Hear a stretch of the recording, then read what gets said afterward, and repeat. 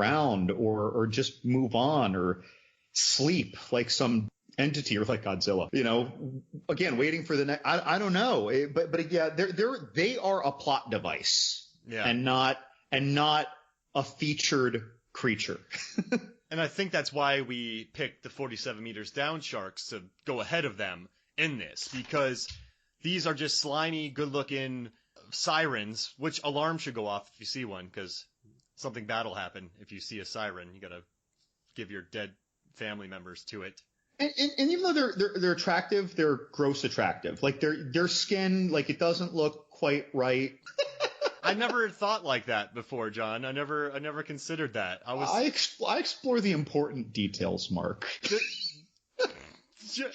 Oh man, I was watching a movie the other day where someone was sitting in a massive chair, and they were just watching TV, and it made me think of you, drinking a sifter of Old Rasputin. Yeah, Old Rasputin, watching a movie. Now I know what you analyze when you watch movies. It's one of the things. I have analyzed a lot of weird things in some of the trash that I have either deliberately or accidentally watched. I'll give another reason though that the Arthur Legend of the Sword Sirens should not advance, and that's that for them to really fight, of course these things would win. They're these godly spectral entities. But if you were to make a movie out of that, well, you can't just have them do some magic and then the sharks are dead, because that's dumb. Just like Freddy would probably invariably kill Jason on a level playing field. Instead, Freddy had lost his dreamland powers in Freddy versus Jason. And Jason had the power. And that's what leveled that playing field. But if you just had Freddy with all of his dreamland powers, it wouldn't be fair. He could go Super Freddy with a power glove. He could turn Jason into paper and shred him apart. It's like my Freddy versus Jason argument. Like you would have to come up with a clever gimmick for this fight to work. Can I ask you a very important question? I'll allow it, Mark. So Jason Voorhees spends a lot of time in lakes, and in New Nightmare, Freddy, to get to his lair, you have to go down a massive water slide. Are they sea creatures? That's tough. It's more like they happen to be in the water. I don't know. That's if we needed a wild card, we could recruit them. Yeah. And people would think it was festive. If we're in our 18th tournament, we might have to pull them. Yes. Probably. If we did round 4 tomorrow, we gotta pull those cards. We definitely gotta pull those cards.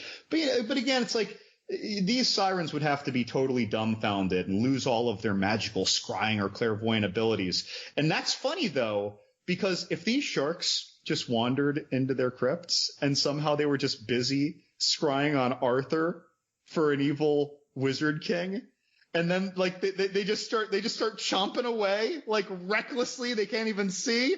That is funny. That is the battle I want to see. Oh, sequel. Let's make it happen. That's what I want to see. Oh man, I would love that. All right, so we got one of our quarterfinal matchups is going to be the Lighthouse versus 47 meters down uncaged. No one ever thought that ever, and I'm very happy that we have it. So in our next matchup, we have the Ravenak from The Mandalorian, Episode 1, Season 1, in the very beginning on the Ice Planet. So we have the Ravenak from The Mandalorian versus the, giant bioluminescent creature who's a jelly-like substance who releases parasites, who's maybe a hadopelagic species that might or may not be from the deepest region of the ocean, that puts slime on boats, which then forms parasites, and then if you put it in a water tank, it then forms one creature. So yeah, it's Sea Fever versus The Mandalorian. And this was the easiest pick for me to move to the next round. So, I mean, for me, The Mandalorian scene is awesome. It's exciting. It's funny. The creature looks cool. But for me, that is a moment. That is an awesome moment. It's an awesome scene. And I don't think about that creature beyond the fact that that was awesome. You know what I mean? Whereas the Sea Fever creature, I thought of first a giant sea anemone. And I thought of these other parasites almost like the equivalent of flukes from actually, if anyone saw the Slugs movie in 1988, the slugs have these blood flukes that get in people's heads, and then they like parasitize them, they kill, they bleed from their eyes, their heads explode. In the bay, the larval phase of this crustacean that eats their tongues and stuff in that movie, The Bay in 2012, their larval stage is like a krill stage. Krill are like a crustaceous larva. And so they are so small that they're getting into their bloodstream and killing them in weird ways. So I feel like this is either some weird early metamorphic phase, or it's just an associated other organism of the sea. But when I thought of the sea anemone, what I thought of when we finally look down, like later than halfway down the movie, and you see this huge. It's the size of a small cruise liner. Like I thought of Greek mythology, Charybdis, where the big whirlpool with Scylla and Charybdis, the whirlpool that people associate with it when it drains, it's been depicted in some movies actually is almost like a sarlacc pit in the ocean. Just this big mouth of a thing that swallows ships. And so to me, the first thing I thought of was like, I wonder if the writers were making this Charybdis and then just giving it some clever biological aspects. So like this creature is cool. Like I can just talk about this creature. There's a lot to it. I mean, and I like the movie too. I really enjoyed the movie itself as well. Do you have any cuts on you right now, John? Well, no, Mark. I don't know what you're talking about. I'm just covering this zit that I have from earlier. No, you can't see it. His eyes just exploded. It's a bad. Ah! No, the eye exploding was dumb. I'll give it that. That was dumb, but it was fun and exciting. And that's what Slugs did. And I think the Bay did something like that too, actually. I think that's what they were going for. The biggest problem for me with the Mandalorian and the Ravenak is Mando parks miles away from this bar, walks there on the ice, gets to the bar, gets somebody else, and he has to take a ride back to his ship at the Razor Crest. And that's when the thing's a problem. Why? This thing could bust through the floor of that cantina he went to. It's a very strategic monster, but I love the look of it. It's almost like a walrus hippo. The way its tusks are, the way it opens its mouth, the way it hangs on to. And I love that it's such a dangerous world, and I like, Mando electrocutes it, he doesn't kill it, so we know this cool beast is still alive in the water, freezing water, murdering people. It seems more of, like you said, a moment, a matter of convenience. I want to know more about it and why it didn't just light up everybody else. Right, like this thing was that cave fisher ambush monster in the caves of Big Trouble in Little China. Yeah, absolutely. It just grabs someone, it's awesome. All you do is talk about how awesome it was, and you're going to say that for your whole life, but you're not really getting into the story of that creature much. No, we know nothing about it. We know that it has great timing. I mean, it caught a vehicle that was moving at maybe 30 miles an hour? So it is fast enough to properly angle itself for a perfect attack. So it's got that going for it. So it's a good hunter. I appreciate that for it. But yeah, I mean, it's an easy win. Sea Fever goes forward, and we'll talk more about that as we get along in the tournament. Its matchup is going to be between we did something random. So you and I did a Cure for Wellness episode. That's one of my favorites that we've done. I love that movie. Really great episode. And in that film, eels are used to be pushed into people, which then filters water through people, and then they distill it, they filter it, and it gives life-restoring elements to these rich people and this evil man named Heinrich, played by Jason Isaacs.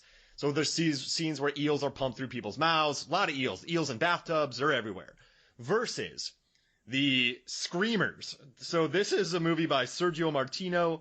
These things are fish creatures. They are kind of humans that were made into fish creatures, and they were designed by, the guy who did Massimo Antonello Galeng, and he worked on Cannibal Holocaust, and he worked on Devil Fish. So they look cool. My biggest problem with these creatures, though, in Screamers, is they can be beaten up with shovels quite easily. There's a scene where in the beginning of this film, these screamers rip people apart, rip guts, rip throats. They are powerful. They go after submarines. They are legit. But there's a scene later on in this film where it's one man with a shovel just bonking the living daylights out of these things. So they lost a few points, and that's what made this one close for me. I didn't know which way to go with this, John. What did you know what you wanted immediately? So, I mean, the wellness youth-sucking eels are interesting. But again, I'm going more with plot device. They're a really neat thing, but we're really talking more about the Mad Doctor when we're talking about them, right? And they don't do anything particularly cool that the Doctor doesn't make them do. Yeah. Right? And they eat him at the end, though. Right. Yeah, they get him. And they eat, I don't want to get weirdly graphic, but when the girl goes into the pool, if you've seen the Cure for Wellness, yeah. like there's some really weird things happen with these eels. So they're very memorable, but they're moments, they're plot devices. The Screamers, by the way, is the American released cut of the movie The Island of the Fishmen, which is the English translation of the original title. And the original title was more of an Italian adventure film, fantasy adventure. But then the Screamers cut is that movie, but it also had all these gory scenes that were made. So when they initially released it in Italy, they took out all the gore. They wanted it to be fantasy adventure, Atlantis, almost like Voyage of Sinbad stuff. The Phantom, the set builds like that. The caves reminded me of the Phantom, like a yarn, an adventure yarn. Yeah. And so, but I saw the horror cut, which I'm happy about. And I liken these things, well, and this is an H.P. Lovecraft story that this is based on. I think it's called like Island of the Fishmen. And these creatures, I would believe then, are the deep ones that are created that serve Dagon. And I think that's really cool. They didn't get into Dagon. They just got into the deep ones. But I like that. Yeah, that human meddlesome creation of these things for some vector of greed to get the treasures from Atlantis. This was a weird movie. This really was like an Indiana Jones Sinbad movie crossed with an ichthyoid fishman horror gore movie. And I'm with you about the inconsistency of their power, but with them, I'm going with the zombie lethal hypothesis. Zombies are inversely as dangerous as the number of zombies that there are. When there's one zombie, it's always really hard to handle, and it's like overpowering them. It's somehow fast. When there's 89 zombies, they're slower. They can't do anything right. People are shoving through them somehow all of a sudden. I think that's just this phenomenon that we see so many times in movies. You're right. And some do get shot like zombies and they don't die. They just can't fight a guy with a shovel. That dude is whack-a-moling the fishman. Look, I do not want to fight a man with a shovel. No one wants to fight somebody with a shovel. See, if someone has a knife, this is not a joke. If someone has a knife, I feel more comfortable fighting them with the knife than without the knife. Because most people don't know how to use a knife. I'm running away. Like Al Pacino says in The Irishman. If they have a knife, run away. I'm drop kicking them. But again, with a shovel though, I'm worried about a shovel. I am really worried about a shovel. Did you see what Ash did to his girlfriend with the shovel? I mean, listen. We know what happens in movies when you're good with shovel. You get it right through the mouth. Yeah, and then get decapitated. Or at the throat. It's horrible. These fishmen saw it, but we do like them. We're gonna give these fishmen from Screamers a pass. They're moving on to the next round, the Battle of the Sea Fever crew. You happy about that? Oh yeah, a couple of them lived. And a couple of them had a great monster makeup or monster effects. You notice there were two different monster designs? No. What were they? So there was one monster design that you see when there's only one on camera. Like in the very beginning. Oh, the hero. It's more detailed and a couple scenes later. And whenever there are a whole bunch of them, they use a different rubber monster suit. And it's a little more basic looking. It's less detailed. But the good one is really good. And the basic ones are whatever. It's what I expect from 1979 Italian horror adventure movie. Well, that's Zombie 101. You got the good zombies up back, the decent zombies in the middle, and then just some people you throw some blood on in the back. That's right. Yeah, that's right. You got the heroes. No, but I mean, cool. I'm excited to talk about them in the next round, but I do want to say I love how the guy who tried to stay immortal by getting eel juice is killed by eels in Cure for Wellness. That's what you get. Yeah. That's what you get. If you're an evil